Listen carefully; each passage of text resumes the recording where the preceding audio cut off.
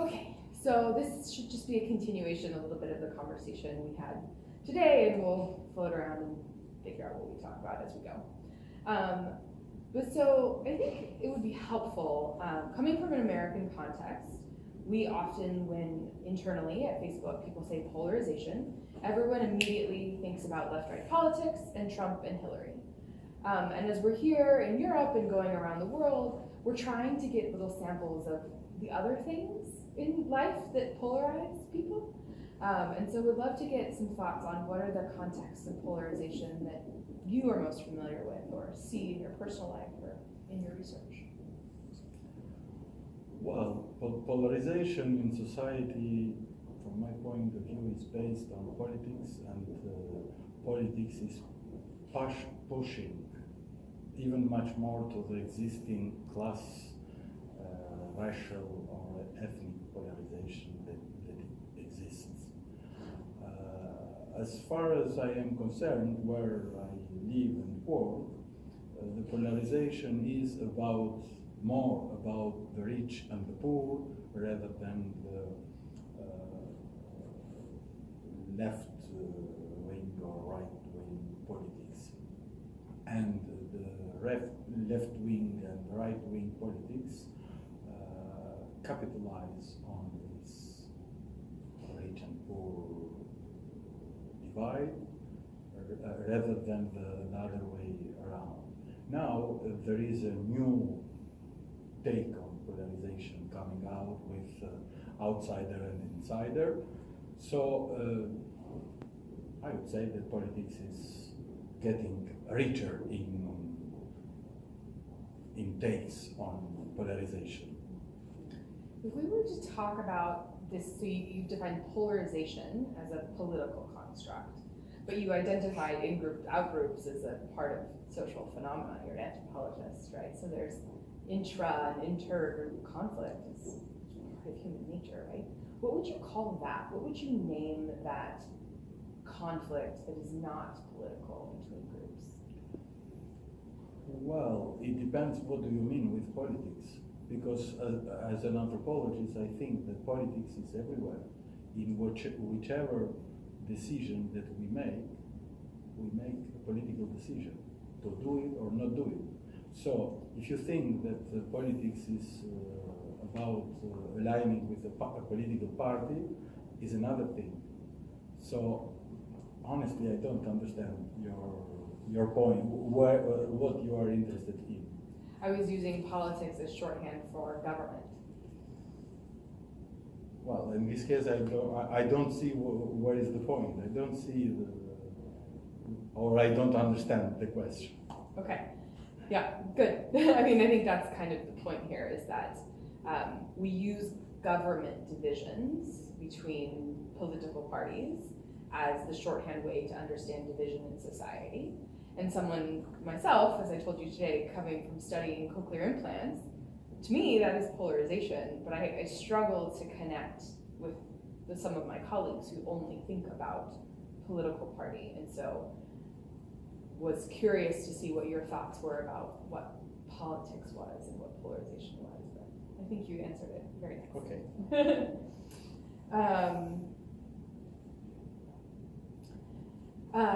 So as a sociologist, I think about impacts or the effects of an outcome at the micro, meso, and macro levels of society, right? So when I think about micro, I think about an individual or a very small relationship. I think about meso at more organization levels and so on and so forth. I don't need to tell you this. You know all these things. We talk a lot about polarization and the impacts of polarization at the level of society, breakdowns of government structures. Are there impacts at other levels of society as well, at individual levels, for example? Does polarization, does hatred of another group impact an individual or a small relationship, or is the impact only at the level of organizations? Well, I would say that any individual in whichever group that it is included because it includes himself or herself because he has they have something in common. And if you include yourself in one group, that defines you in one way or another against other group where you are not included or from where you are rejected. In this case, the polarization is the way of being of society, of social communities. There is no other way rather than to distance yourself from what you think you are not, to include yourself on what you think you are in, and to negotiate the way between the two. So polarization in itself, it's not a bad thing. Maybe political polarization is a bad thing because politicians fight against each other to get one thing, government, which they cannot have both. But in the real life, polarization, I think it's one way of being of society. It's no other way rather than to confront to each other in order to be ourselves. We call the polarization when it's bad, affective polarization. So we kind of divide them into two camps. There's issue polarization, which is I disagree on what should be done on this issue or how to approach this issue. And then affective polarization, we think about that being because you and I disagree on the issue, I hate you. I associate our disagreement to be something about your character. I don't want to be your neighbor. I don't want to be your friend. I think you're a bad person. So that's the kind of polarization that we've been thinking about at Facebook and looking for an answer to how do you depolarize in that context. What's the answer? How do you depolarize people? Well, difficult answer, because if we disagree, I will, on whatever point, I mean, if we disagree, I will try to make my point in such a way to show you that I am better off to claim this point, and you do the same against me. So, if we disagree with Facebook, is quite easier. We don't talk Facebookly with each other. The problem is not with Facebook. The problem is with us if we are in the real life, because Facebook is not the real life. I cut off Facebook and I am happy. So what is Facebook's role in fixing this thing? Should we try? Do you think Facebook has a role in doing things? It's a question back to you. Well, as I said in this meeting, Facebook is not a social community, even if many people claim that it is, simply because they make, Facebook makes people believe that they belong to a virtual community. But to belong to any community at all, you need much more than Facebook is offering. Facebook is offering a platform which it owns, by the way, but which is disconnected from people. People go around, maybe not around, but go in and out this platform, and they don't have a grip with this platform. They may have a grip with themselves, but as I say, they choose to have this grip or not to have it. This is not a Facebook thing. This is a social thing. If people choose to disconnect, they are not together. If people choose to, well, maybe I can put it in another way. People, Facebook don't make a social community out of individual people, because people are ruled by what defines them outside Facebook, and Facebook is unable to make rules from the people. Facebook can make rules, technical and more technological, algorithmic rules, how to manage these things, but they don't create out of a series of people a social group, because there is no way that this grouping together of many individuals can develop some social norms, rule, and constraint to be together. Are you familiar with the product called Groups on Facebook? Yeah. Okay, so I work on the Groups team, and I'm going to change the card so you can take your time asking the question. so the way that we think about groups, kind of theoretically, is that this is the space on Facebook to connect with people that you don't know. And there are a couple of roles in groups. There are members and there are admins.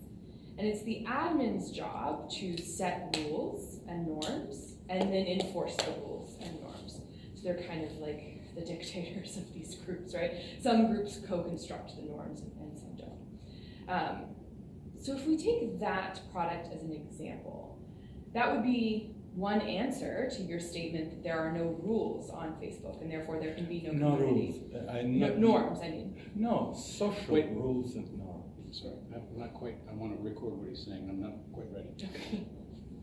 Okay. So thinking about that context where people set norms and rules and enforce them, things like no bullying, no name calling, or even things like no talking about politics here. And then they try and enforce that. So respond again with that, if that's Facebook's response and our answer to you, tell us why we're wrong.